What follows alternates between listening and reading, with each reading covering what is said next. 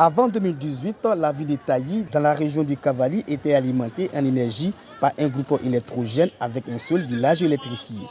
Une situation qui impactait négativement le quotidien des populations. C'était infernal avec le groupe électrogène. Nous avons toujours vu qu'il y avait ce groupe qui faisait beaucoup de bruit. L'électricité est source d'énergie, et donc énergie qui est le produit du développement des entreprises.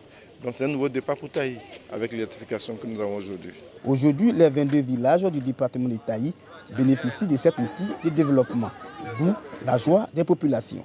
Il y a des gens qui sont nés depuis ici, qui n'ont vécu qu'ici. Et là, ils étaient tout le temps dans le noir.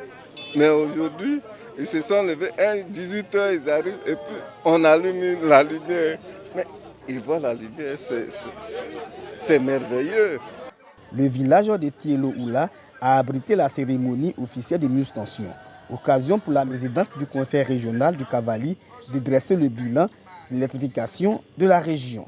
Anne-Désirée Oloto exhorte les populations à s'inscrire dans la dynamique de développement enclenchée par le président de la République, Alassane Ouattara. Avec l'avènement du président de la République, l'option a été prise de faire en sorte que tous les chefs de département soient reliés donc, au réseau électrique national.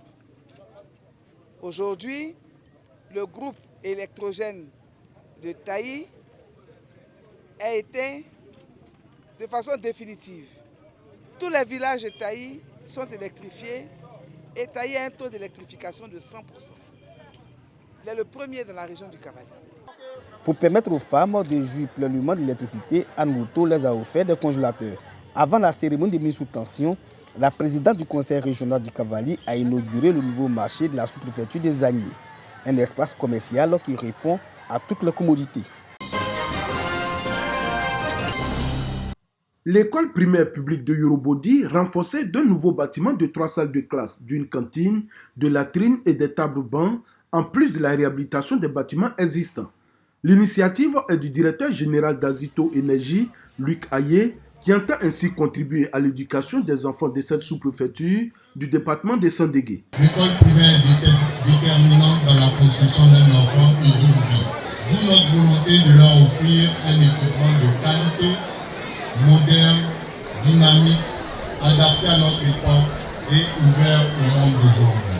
L'inauguration des édifices a été l'occasion pour les bénéficiaires de traduire leur gratitude aux donateurs qui, selon eux, mènent beaucoup d'actions sociales à leur profit. Je tenais à dire merci au DG Azito, M. Luc Ayé, pour le grand geste qu'il vient de faire à notre égard. Combler le déficit que nous avions pour notre groupe scolaire. Le préfet du département de Sandégué a exhorté les populations à inscrire tous leurs enfants sans discrimination à l'école afin de leur donner les mêmes chances de réussite avant de les inviter à prendre soin des bâtiments offerts. L'école, c'est le chemin tracé pour que demain, on puisse devenir quelqu'un. Le tout n'est pas de dire à ses amis, on veut une école. C'est de faire en sorte que l'école serve, que vos enfants soient inscrits à cette école. Au cours de cette cérémonie, les meilleurs élèves des différents niveaux de la maternelle au CM2 ont été récompensés. Ainsi, environ 70 élèves sont répartis chez eux, les mains chargées de présents. Nonkwagon est un village hatchant situé à environ 50 km d'Abidjan, sur l'autoroute du Nord. Ce jour, pas question de se rendre au champ. Les femmes du village sont à la tâche dans la cuisine. L'heure est à la fête. Elles ont décidé de célébrer ces braves femmes paysannes.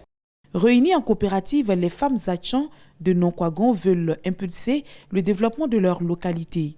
Pour atteindre cet objectif, elles ont décidé de s'unir pour promouvoir le vivre ensemble et la cohésion, gage de tout développement. Les femmes ont marqué le village par leur manière d'être solidaire, leur manière de s'attendre et de se mettre en coopérative. Vraiment, c'est vraiment très extraordinaire. Et puis, c'est un exemple aussi pour leurs jeunes sœurs qui vont prendre cette trace-là pour pouvoir marcher pour la vie du village. Qu'elles continuent de travailler en union, dans le vivre ensemble, dans l'amour, pour développer ce village, pour que les femmes ensemble puissent travailler.